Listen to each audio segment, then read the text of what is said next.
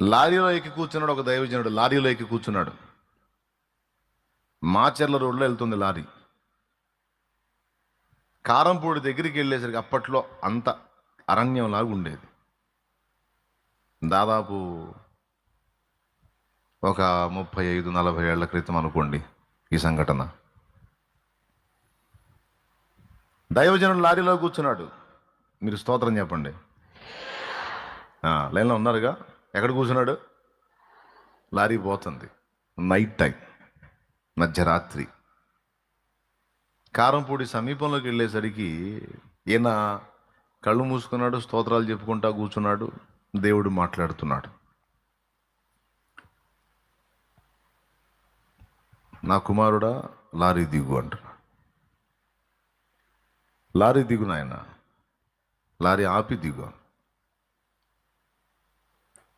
మళ్ళీ ఏంది ఇట్లా నాకు ఈ తలంపు కలుగుతుంది, దేవుడు నాతో ఏంటి ఈ విషయం మాట్లాడాడు. మళ్ళీ కనిపెట్టాడు.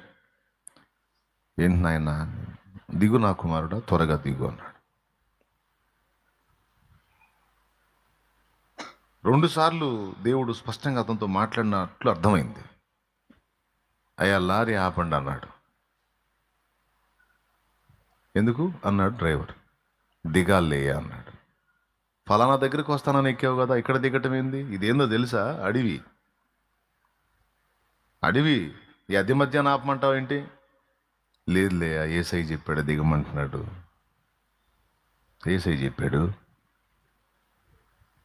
పిచ్చోడివా మంచోడివా? కన్ను పొడుచుకున్నా కనపడదు, చీకటి.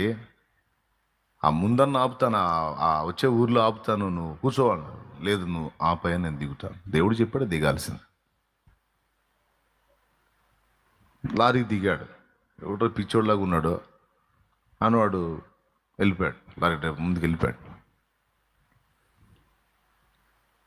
కాసేపటికి ఆయన ఎడారిలో ఉన్నాడు, కానీ దేవుడు చెప్పాడు దిగాడు. ఇక చీకట ఏందా అనేది అనవసరం, దేవుడే చూసుకుంటాడు.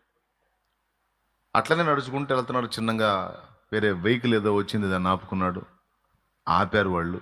ఈ జామున ఎట్లా పోతున్నావు నువ్వు అన్నది. ఏదో వెళ్తున్నా లేయా, ఎక్కమంటారా, ఎక్కించుకొని పోతాను. కొంచెం దూరం పోయిన తర్వాత అక్కడ సన్నివేశం చూసి ఆశ్చర్యపోయాడు. తను దిగిన లారీ ముందుకు వెళ్ళి యాక్సిడెంట్కి గురైంది. దేవుని కృతజ్ఞతలు చెప్పుకున్నాడు. వాళ్ళకి చెప్పాడు దేవుడు ఆపమంటున్నాడు, ఆగమంటున్నాడు అంటే ఎందుకు అని అడిగితే వాళ్ళు చెప్పేవాడు ఏదో మొత్తానికి కీడు సంభవించబోతుంది, కొంచెం పక్కన ఆపుకొని పండుకుంటారు బాబు అని చెప్పేవాడు. ఇన్నరగా కొంతమంది